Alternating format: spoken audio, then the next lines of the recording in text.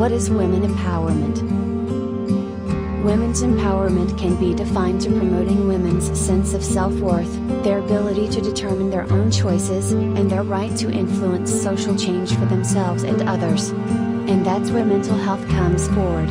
If the mental health of a woman is declining, so not just her sense of self-worth, her choices and her influence will be affected, but her own happiness will be affected too.